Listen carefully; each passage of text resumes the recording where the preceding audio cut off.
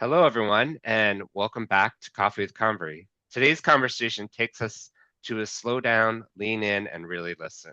Because sometimes the most important work happening in the world isn't loud, it's deep, it's thoughtful, and it's rooted in truth. In a time where we talk a lot about innovation, disruption, and the future of work, we don't always talk enough about the human stories that shape who we are and who we become. Today's guest lives at the intersection where research meets lived experience, where storytelling meets impact, and where truth meets courage. I'm really pleased to welcome Lucas Wilson to the show. Lucas is a PhD, a writer, an SSHRC postdoctoral fellow at the University of Toronto, Mississauga. He's also the editor of Shame, Sex, Attraction, Survivor Stories of Conversion Therapy, a powerful collection that brings forward voices and experience that have historically been silenced. In addition, Lucas serves as a board member with the ArQuives, Canada's 2S LGBTQ+ archives, helping to preserve and elevate stories that matter. Lucas, welcome to Coffee with Convery. Thanks for having me. This is very exciting to be here. I'm so excited to get going and share your stories, but can we start first with a few rapid fire questions? I love a rapid fire question. I can do my best. All right, let's go. What's your superpower? Actually, or what do I want it to be? Uh, Usually I'm not very good at rapid fire questions. Immediately messed it up. Pardon me. no, it could be either. It could be either. What do you consider it now? Where you want to take it? My superpower right now, I think, is stringing together a good sentence. All right, that makes sense. Is that probably not? No, it is. The power of the word. Yes, it is. It is a Okay. power. It is a superpower. That's it. For the word. Okay, awesome. What was your favorite subject in school? Geography. Geography. We all start somewhere. What was your very first job? Oh gosh. Second cup on Queen Street East in the beaches. Very specific. Awesome. I love it. Serving coffee. Was it serving, making That's the it. whole thing? Yeah. Yeah, I was, the jack of all trades, although I didn't do it very well. And I quickly quit. I went to Starbucks right after, which I was actually a phenomenal job. But then I graduated and had to move out of town, so I didn't stay at Starbucks too long. Okay. Okay. But that coffee is your at your roots then. So that's great. If you had to describe yourself in one word, what would it be? Curious. Curious. All right, awesome. So I'm super excited to have this conversation today. And I always like to ground these conversations in the beginning. So where did it all start for you? Not just academically, but personally. Just give us a little background of kind of where you started out. Yeah. So I was born and raised in Toronto. I am the youngest of five, and in the acknowledgement section of my book, I say I dedicate in part to the book to my siblings, and I say like how deeply my family shaped me, and it is wild. Like I am the youngest child through and through, and up until today, right? Like I very much am the baby of the family and I operate like that in the world. It's funny that my three brothers and my sister, all of whom are older than I am, that definitely was hugely influential on who I've become and who I am and who I've become. So born and raised Toronto, went to an arts high school downtown, Rosedale Heights School of the Arts, shout out. And then I went on to do my undergrad in the States. We'll probably talk more about that today. I came back to Canada. I went to McMaster and did my MA there, and then I went back to the States and I went to Vanderbilt and did my other master's there. I taught for a year at a liberal arts college in the English department, and then I went and did my PhD in Florida. But I was, in Florida, and friends don't let friends move to Florida, and so I was deeply unhappy when I was living there. It was just not the place for me. And so I fast tracked my PhD so I could come back to Canada. In Canada, I worked while finishing my PhD. I worked for Seneca and University of Toronto, taught at both schools, and then did a postdoc at University of Calgary. And then now doing a postdoc at University of Toronto, Mississauga, and here we are Wow. today. Wow. What a journey you've been on.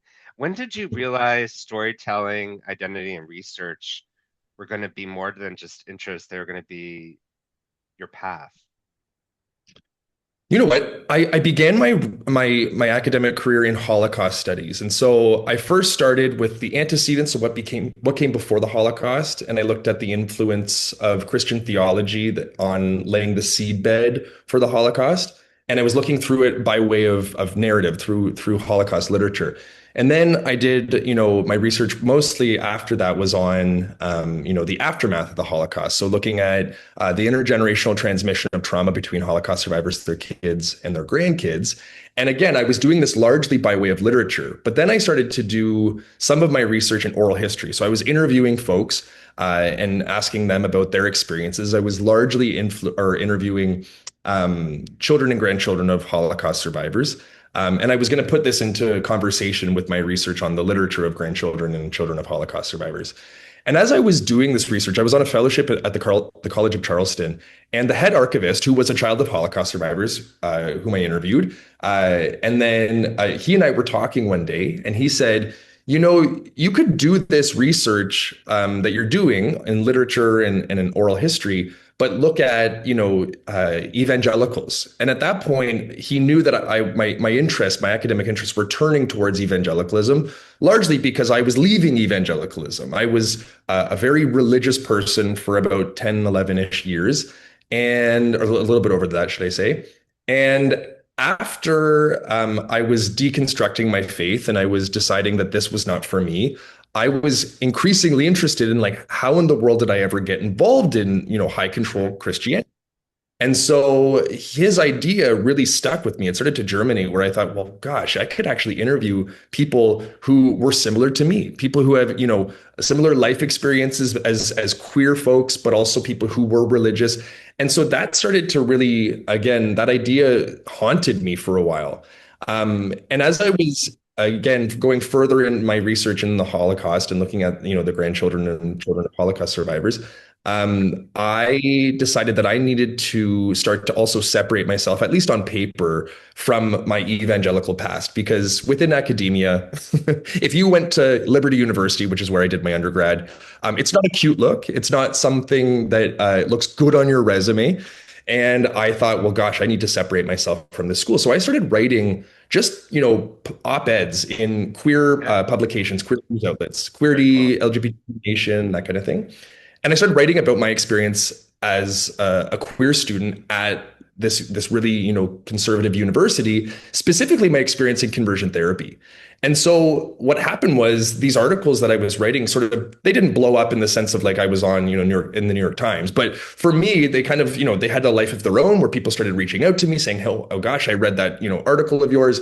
It really impacted me. I had a similar experience. And I started to think, well, gosh, maybe I could write more about this, not just academically, but also, I could write about this in a public facing way. And then in addition to my academic, trajectory as well, I could write, about this topic there additionally.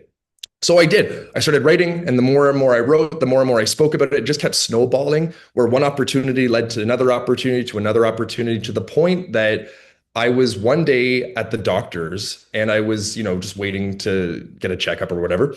And all of a sudden on Twitter, or the artist formerly known as Twitter, X, I'm sitting there and I get this message, and it was this person who says, "Hey, I'm an editor for this press in London. Would you be interested in we've been reading your work about conversion therapy. Would you be interested in putting together a collection of stories on the topic?" And I thought, scam, like there's no way this is real. Like no one reaches out on Twitter.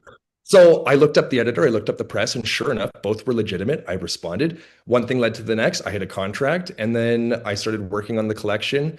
And then that collection came out last year. And as I was working on that, I started to reach out to other presses, and I have a contract for another book. And then the press that I originally published, the first collection of stories, it's called Shame, Sex, Attraction: Survivor Stories of Conversion Therapy. Because the book had done relatively well, at least according to their standards, they said, "Hey, would you want to put together another collection?" So now I'm working on another one, waiting for the other one that's in press to come out. And so it's just become really my career, I suppose, is doing this storytelling. And it's been something that I think has influenced, it's been an interest since I was a kid. My family, again, great storytellers, would be better than I am. But nonetheless, this is just the path that I've taken because a lot of the opportunities sort of led, one to the next and ended up, I've ended up where I am today because of these. That's amazing. And listening to your journey, I'm thinking about for students and emerging researchers that might be listening, getting inspired, listening to what you're saying. How can they maybe think about connecting their work to something more meaningful than beyond just more meaningful beyond the classroom, like you were able to do? Any thoughts or advice or insights maybe to share? Yeah. I always think about research. I remember one time I said to my master's thesis supervisor, "Oh, I'm thinking about doing a PhD." And I said it kind of somewhat flippantly. I didn't express that I really did want to do this. And he goes, "You shouldn't be doing something unless you're absolutely passionate about it. And you shouldn't be doing a PhD unless you're absolutely passionate." And I remember being like, but I am passionate about it. But nonetheless, that stuck with me that, to go into something like a PhD, it really is more about hard work than it is necessarily intelligence, I think. Again, you have to have, a brain in your head to do it, but it's really about the hard work. And so for me, I chose something that I was passionate about. At the beginning, when I was in Holocaust studies, I was super passionate about that. My research has changed directions, and I'm super grateful for it. But I think that it's important to pick something that you're super, super interested in. Second part, if it does connect to your lived experience, it doesn't have to, right? Like there are a lot of people who go into like ancient, civilization, research on ancient civilizations. Clearly, they're not, doing something autobiographical, but it's obviously something that they're interested in. But for you, if you are out there and you're thinking like, gosh, I really want to write, or I want to do something creative, maybe filmmaking, or write for TV. I think it is always really helpful to draw upon your own experiences. Again, not necessary, but it's helpful.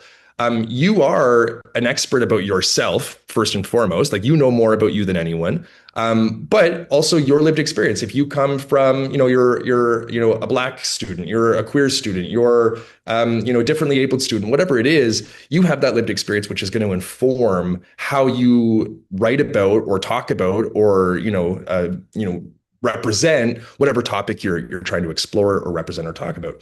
So I think that it's nice when your personal identity aligns with, or your personal experience, maybe more broadly, aligns with what you're doing. And then on top of that, to research it, right? Like to actually, know the lay of the land. If you are coming from, for instance, a high control Christian context, it's good to know the general, literature on the topic.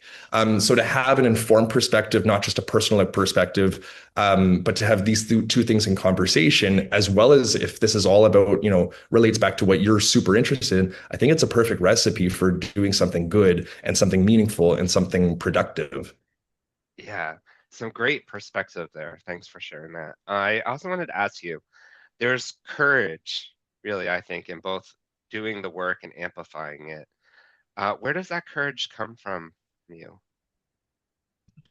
I have to be completely honest. I never sat down and considered the costs of the work that I do ahead of time. I just sort of did it. Okay. Maybe the only costs I considered were like, am I going to get sued? And so I had a lawyer read over my work, because I know that the work that I do can be or is considered by some or by many, I suppose, as controversial. But nonetheless, even if it is controversial, even if it is something that people are going to get upset about, and people have gotten upset about my work, and have made that very clear, that I didn't sit there and think, oh gosh, what's going to happen when the work's out there in the world? If anything, it was just more excitement that it was going to be out in the world and that I could share my experience and also my research with people who I think resonate with my experience and resonate with my research. So I don't know if I've ever thought about it in terms of courage. I just sort of thought about it in terms of I think this is important. I want this to be out in the world and for people to have my writing my thoughts in their hands, and they can do with it what they will. And I've more so figured out that maybe you do need courage after the fact, after it was sort of this retrospective, uh, looking way of looking at it. And so again, I just haven't really thought about it like that. I always just thought about it as I want people to know more about the harms of high control religion and the harms specifically of conversion therapy, and how to combat these things. Makes sense. Makes sense. Lots of learning happening through your journey, of course, as a lifetime learner and engaging in all these different communities, conversations, discussions with people you've yourself interviewed, been a part of, and sharing stories. What have you learned about your identity, your own and others through this journey? Hmm. I think that in part what I've learned is how incredibly resilient queer communities are and how much strength and courage it takes just to show up on a daily basis. Right? I'm thinking specifically of gender diverse and trans folks, and thinking about to go out into the world on a daily basis and have people even just look at you the way that they look at you, right? They look at you and they say they register different. And it takes a lot of courage to do that and to embody difference because the world is set up in a way that it wants neat and clean categories where, this is who you are, this is who you are, stay in your lane. And for anyone who transgresses these boundaries, it is it is a radical act. It is a radical thing to say, I don't identify and I don't embody that category that you're trying to put me into. Instead, I'm going to be who I am. And I think about how, again, radical that is. And I'm super grateful to be in conversation with, to be in community with, and to be in support of folks who are different, just like me. And I'm so grateful to hear the stories that they tell. And I think that what I've really learned, and this is not an original idea, this is coming from the Queen herself, Nina Simone. Nina Simone one time was interviewed, and they said, "What is freedom?"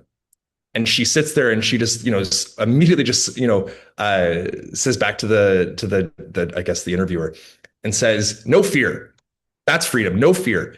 And what I've found is that, of course, there are times when we experience fear. There's no doubt. And again, sometimes we are put into really tricky situations as queer folks. But what I've found is that the most confident, the most fearless, the freest people I know are queer folks, whether that in terms of gender or sexuality. And that is something that I'm super grateful to have seen and also to have learned from so many folks, that just to show up on a daily basis and just be who you are. I think no one does it better than queer folks. Maybe there are other folks who do too, but I do think that this is Yeah, at least one of some of the shining examples are queer folks. 100%. And I know as we were getting started, we were talking about just how the world we live in right now and the conversations that are happening, or some of the things we feel like going backwards in the queer community as well. What's your thoughts on how do we move from awareness of all these different things going on to action, maybe when it comes to creating more inclusive spaces? So maybe giving our listeners some ideas that may be in a position or in a room or in a conversation. How do we start to create? I know we've been working on this for a long time, since the, the days are long as far as making inclusive spaces, but what's your thought about awareness to action these days, given some of the things you've been researching and seeing, and any thoughts around that? Mhm.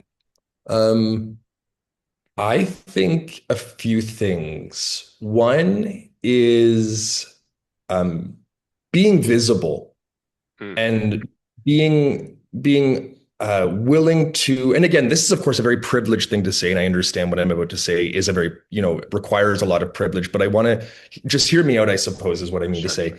That I've heard in the past, it's not my job to educate straight people about queer issues, queer anything. And I think to myself, if it's not my job, then whose job is it? Right. And again, I know that I have the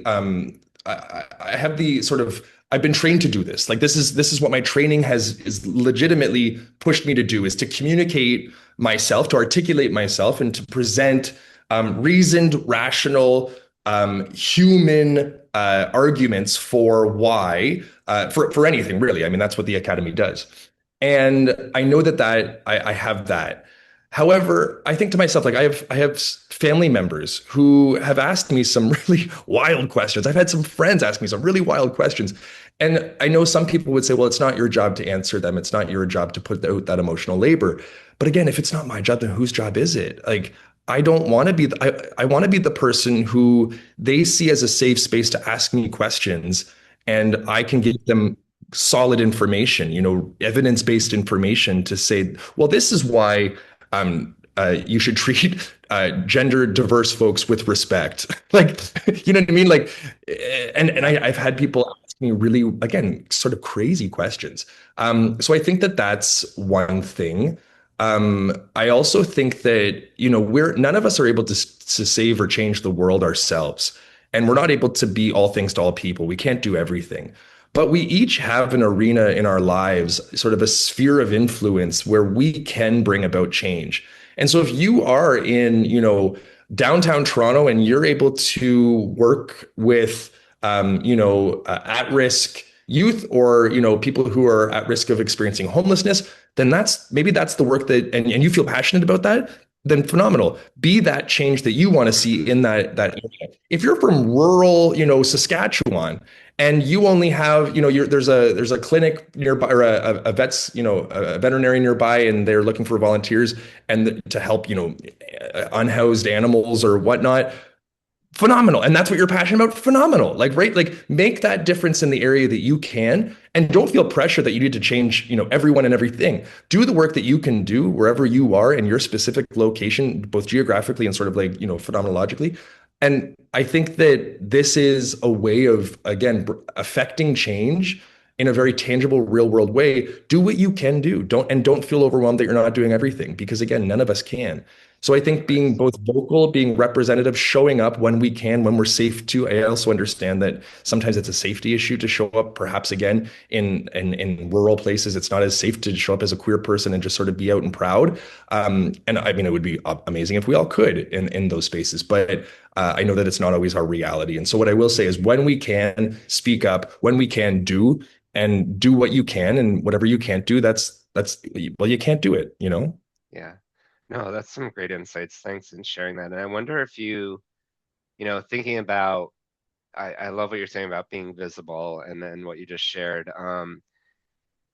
We all, as part of the community, go through our own, whether it's coming out or being visible or whatever you want to call it, situations. Can you think of a time when um, you felt like you first became visible, what that felt like, and maybe how you handled the situation or anything along those lines that might be an example for someone that's listening to think about their own visibility. I don't know if there's something that you can remember or something that's vivid to you, because I know stories really matter. And when people hear stories and the vulnerability of that, then they sometimes be like, hey, uh, this person did it. I think I should do this, or I should at least attempt to try to do something here to better myself.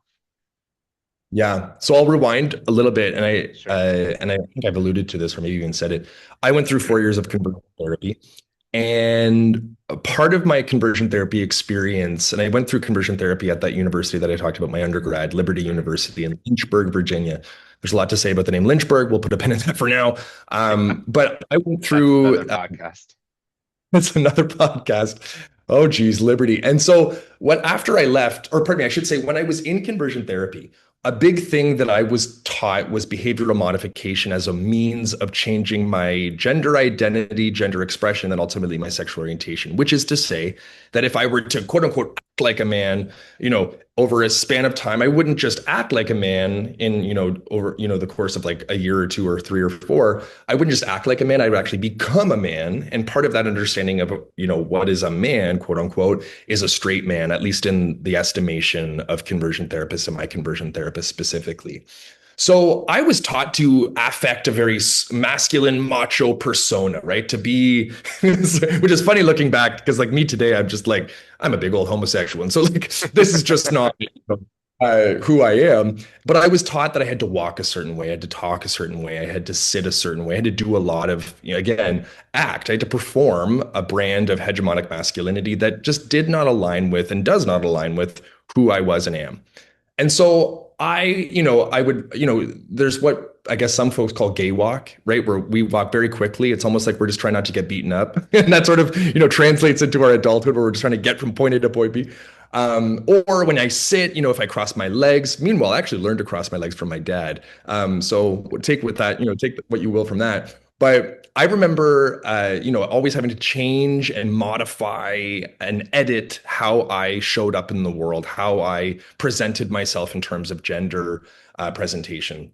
And so there were times that I remember I was waiting. This is after Liberty, after I graduated from that school, and I was in in the subway in Toronto, and I'm standing there, and it would be like perhaps later at night, and a guy would walk into the subway who would be bigger than I was, and there'd be perhaps like a beautiful woman who would pass by, and again, for me, like, sure, she's beautiful. I'm just not attracted. It's just not my MO. But I would see his head turn and watch her walk past, and then she'd walk past me. And in my mind, I would think, and I would have almost the voice of my conversion therapist, like, you need to present yourself as masculine, because what does a real man do? Oh, he looks at the woman too. So I would turn and I'd watch her walk past too. And then would be the sports would come on, like whatever sort of like the Maple Leafs, would show up on the news, and I'd see a guy watching it and I'd think, oh, he's going to expect me because I'm a man to watch that. And so it took a lot of unlearning. Wow. It took a lot of like, I don't need to mirror what other, men are doing to pretend that I'm straight. And so what I started doing was like, F that. I'm not going to do that anymore first and foremost. Like I'm gonna just if a woman walks by, cool, but like I don't care. Like that's great. Like, but she could walk by and I'm not gonna stare at her. When the sports come on, I'm not gonna, pretend I'm watching the sport or watching the sports. You can tell how many sports I watch that I call it the The sports. sports. And so this kind of stuff was just like but it was, and so that was the first step. So not trying to mirror or mimic or impersonate or attempt to be a straight man or ostensibly a straight man. And so that was the first thing. The second thing was I was going to start wearing what I wanted to wear. And nowadays, like I was like last weekend, I wore like a pair of overalls and a crop top. I'm like, if someone's going to look at me because of this, like eat your hearts out, right? Like look at me all you want, but it's not going to change how I'm going to show up in the world. I want to wear what I want to wear, and that's it. So I think that, again, that's not everyone's sort of situation where they can do that. Again, if you're in a rural community, I can understand why you wouldn't want to draw attention to yourself because, again, it's not always safe. However, when you're able to just be who you are and show up, and almost for me, part of my joy comes from disrupting a little bit because, I think that I like to have to make it a little bit gayer, just for the sake of like straight people out there to who see me. Like, yeah, I'm gonna wear this just so that you have to see me. You know what I mean? I almost do that because I think to myself, like, again, when there's more of this in the world, there's more disruption, there's less of a reliance on the norm. There's not as much sort of training to always be to expect the norm, because then when it's sort of if everything's unexpected, then people are sort of nonplussed at a certain point, right? So if all of us queers were just to show up the way that we want to show up, and some queers want to wear, more sort of stereotypical masculine clothes, phenomenal. Some queers want to wear, more stereotypical feminine clothes, phenomenal, right? Whoever you are and however you want to show up, because again, the more that we all do this, the less weird or bizarre or whatever sort of negative, descriptor folks want to use, the less it is of that. And the more it is just like, yep, welcome to wherever I live, Toronto, Montreal, Hamilton, Vancouver. It's just sort of the norm is not to have a norm. And I think that's what we Yeah. can do is sort of disrupt the system, at least visually, by way of what we wear and how we show up. And that's gonna, I think it makes little changes. We make a little change by all of us doing it together, which ultimately makes a big change. Yeah. Wow. Incredible story. And just listening to your journey going through that conversion therapy and the fact that you even graduated from that school and everything is wow, what an accomplishment and also a lived experience that probably you have both feelings about. Wow, it's such a, and I know your book talks about this too and gets into it more. Thank you for sharing that personal side of it. I think it's so important for people to hear, and others who've gone through situations like that to know that they're not alone, and there is a light at the end of the tunnel for those that could get there. I'm thinking too about our audience, and some of the things they may be thinking about is your inspiration here is very much about the identity and finding your voice, finding your path, and you know, turning into that curiosity, right? Like making sure you don't lose that. Um, do you have any thoughts about, because you've been able to do it through your situation, but just even thoughts around maybe students are getting ready for their first job and they're trying to look for that meaningful work, and meaningful in air quotes, but what should they be thinking about as they're searching out those first jobs, or thinking about getting their start in their career, their career journey? I don't usually call it a path because we go on different paths throughout our journey. So any thoughts or advice that you might give to someone young person who might be listening, or even a person who's looking to pivot in their career, and say, you know what, I've done this, I'm ready for something else? Any thoughts? I think, I mean, again, what I'm about to say is a very privileged thing. And I know that, but maybe it'll lead to another idea because what I think about is my first job. You asked about my first job at Second Cup. I dreaded that job. Like it was truly, oh my goodness, it was an awful, awful experience. And when I eventually got to Starbucks, a few months later, I felt like it was like I was in the promised land. It was just like so nice. My coworkers were phenomenal. They were so kind. It was like I got all these perks and everything was amazing. Um, if you wake up and dread your work, it, again, I'm going to say is privileged. You don't have to do that. There is another option. And for me, I've been so, so, so fortunate to I've not had a job that I can remember. I'm like racking my brain right now as we speak. I cannot remember a job that I had that I absolutely dreaded other than Second Cup. It's no shade to Second Cup. I mean, I don't, it was just not a good experience. I'm sorry, anybody who's, running a franchise. Um, I Yeah, I can't think of anything. Like, and if I did have anything that I just really didn't like, if it was a course in school, which only happened once, I had one course that I dropped. Every other course I stuck with because I liked it. I liked my courses, other than, anyway, there's a lot to say about Liberty, but we can again that's another episode. But I think to myself, like, if you're dreading your work, then that's clearly not the work for you. Um, and again, like I know that sometimes there is no other option for where we are, and that we need to sort of just like rough it out and stick it out until we're able to find ourselves in a better financial position to move on. But if that is the case, then do that. Like make that like if you have like 6 months, a year where you have to just sort of like stick it out, rough it, and just work through that, and then go on and do something that you are able to do. Because again, I know that I'm super lucky that my passion aligns with my work. And I know that's not everyone's journey, or at least not their path. Maybe not, it can be your part of your journey, just maybe It it's can not be a this goal, specific. though. It can be a goal. Yeah. And I think to myself that if you're, yeah, like if you're able to begin to build your career, like especially if you're an undergrad and you think, oh gosh, I want to be a social worker, or I want to be, I want to work with like, I don't know, whatever you want to do. Let's just use social work as an example. Like start to make those connections early, start to build that network, which I have not found anything more important than building your network. I used to think, oh, it's going to be all about my talent.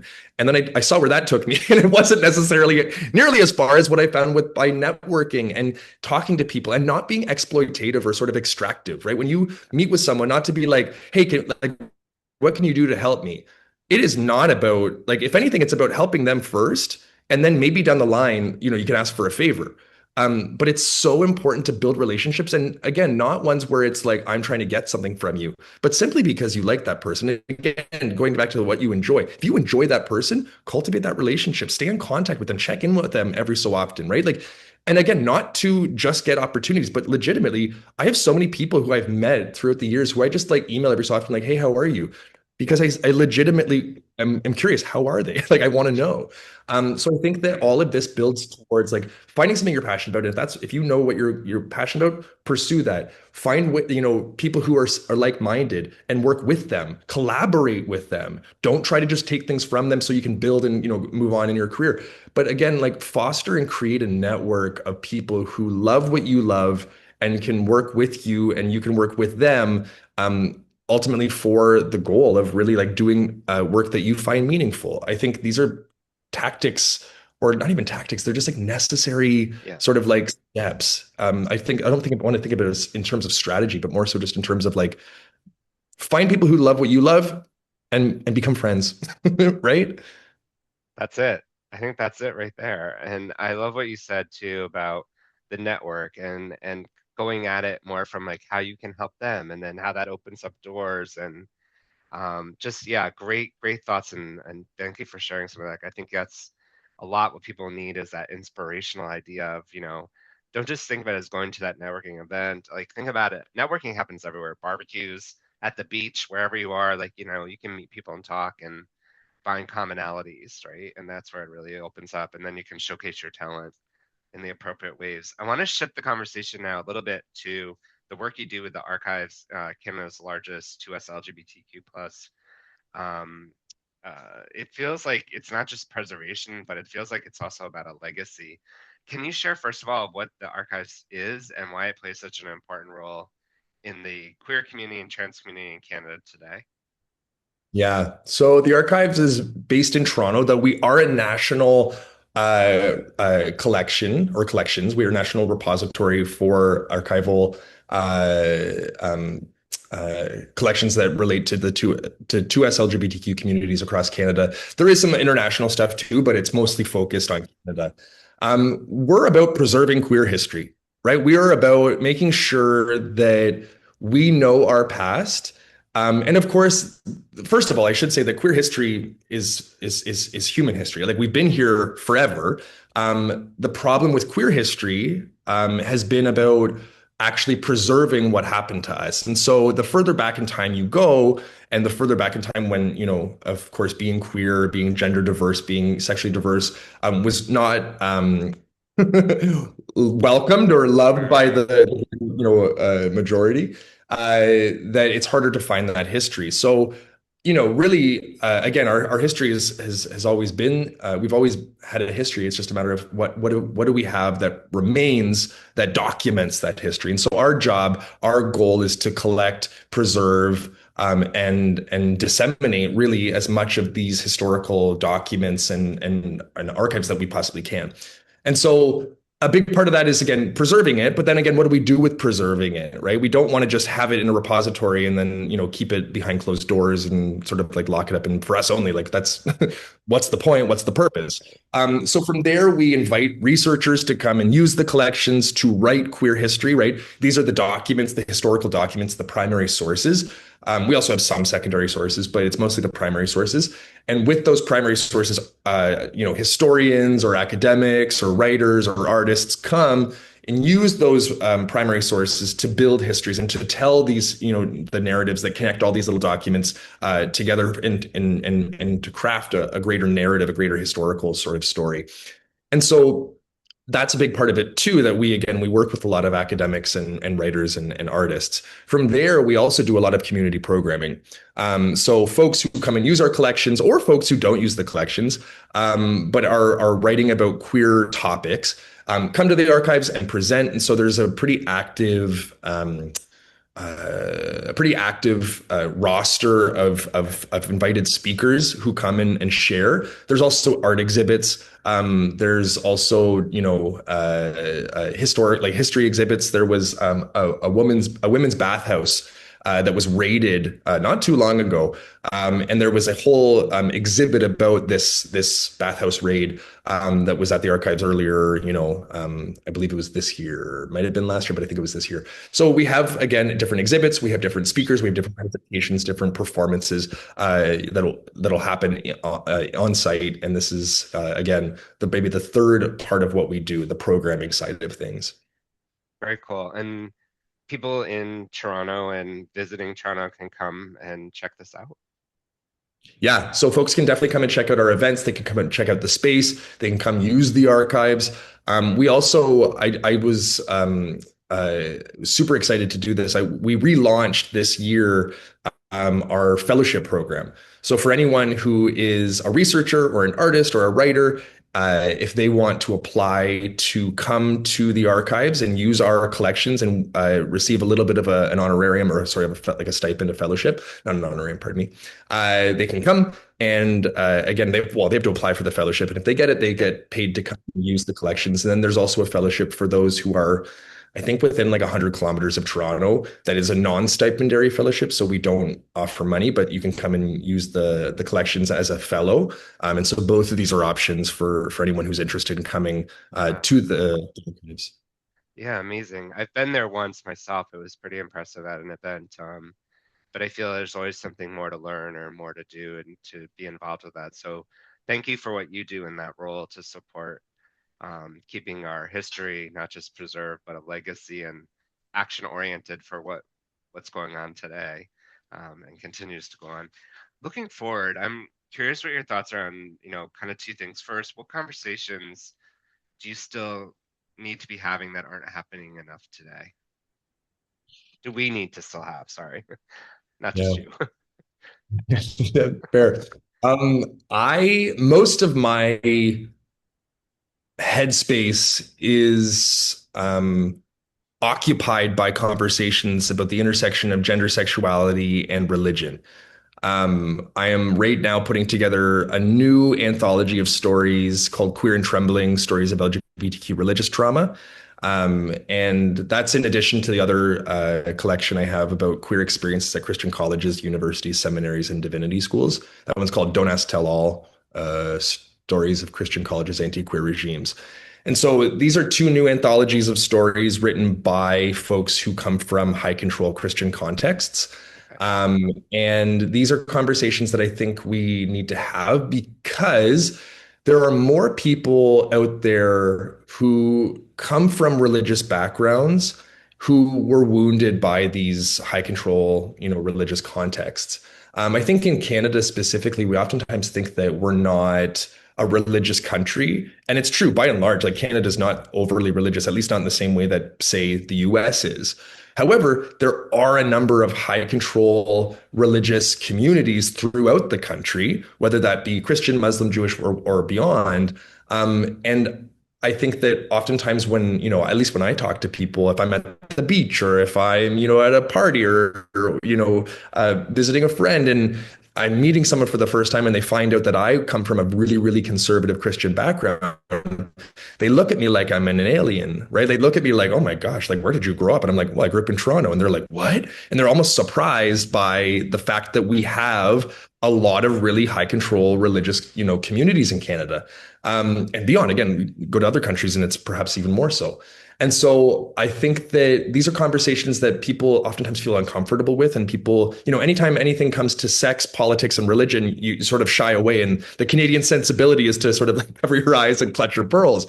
For me, those are the conversations that I dive headlong into, right? Like those are the conversations I pursue. These sort of like forbidden topics. And so sex, religion, sexuality, gender, and politics are these really are my bread and butter and things that I really do like talking about because again, I think that there are a lot of people who have been affected by these things and are looking to find community. And even if that community is finding a collection of stories and sitting with other voices and saying, "Oh gosh, I resonate with that." That I think is work that's worth doing. I hope that there's more conversations like these, like the ones that we're having, and beyond that, similar conversations that people are able to find. Because again, I think that we just don't realize how many people are affected by these things and need to find an outlet to sort of express that or at least resonate with those who have shared their stories. Yeah, thank you for that. My last question before we look at wrapping, I know we could go forever on this topic, so you're an amazing guest. What gives you hope right now?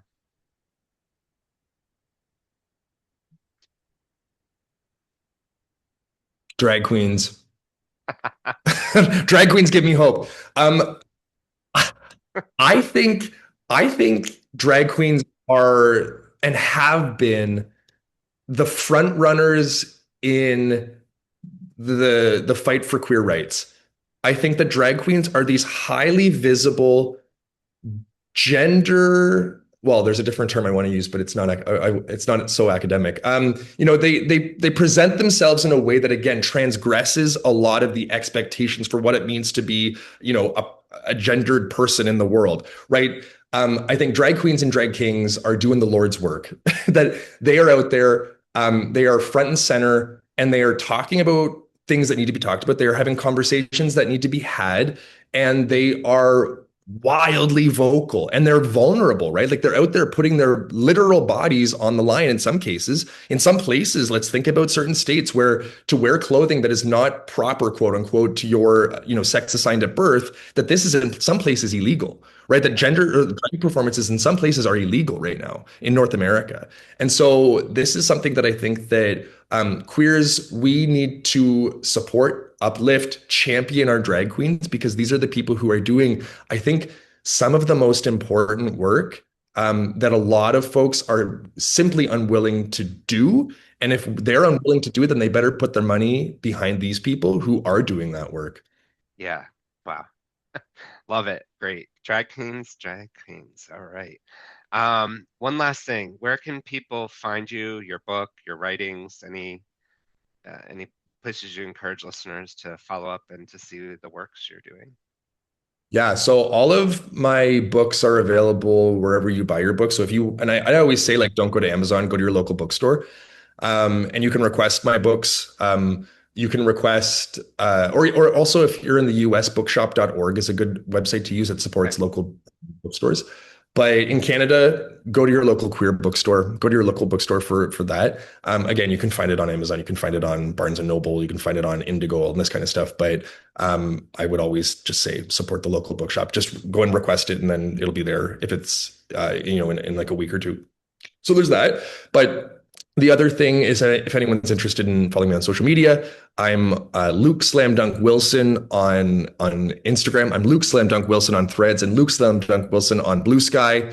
And then you can find me on Facebook. I think I'm Luke Wilson, and then on LinkedIn I'm Lucas Wilson. Because professionally, I can never compete with the Luke Wilson, right? Like on a Google search, like the actor Luke Wilson is always going to Yeah. win. So I have to professionally separate myself because my name, I guess, is Lucas Wilson. But yeah, on LinkedIn I go by Lucas Wilson. I guess that's my drag name is Lucas Wilson, but in There you day-to-day life, go. most. Awesome. Well, this has been a fun and powerful conversation. And what stands out to me is the idea that real impact doesn't always come from the loudest voices, it comes from the most honest ones. And you're just a reminder that storytelling isn't just about sharing experiences, it's about changing perspectives. And I want to thank you so much for being part of this podcast and being on Coffee with Convery today. Thank you for having me, and thank you for the work that you do because it is equally as important. Thank you so much. To all our listeners, if you've enjoyed this episode, share it with a friend. Subscribe to the podcast, coffeewithconvery.com. You can also follow us on Instagrams for short clips and behind the scenes stories. This is Coffee with Convery, where we remind you that success isn't always about climbing that corporate ladder. Sometimes it's about building your own jungle gym.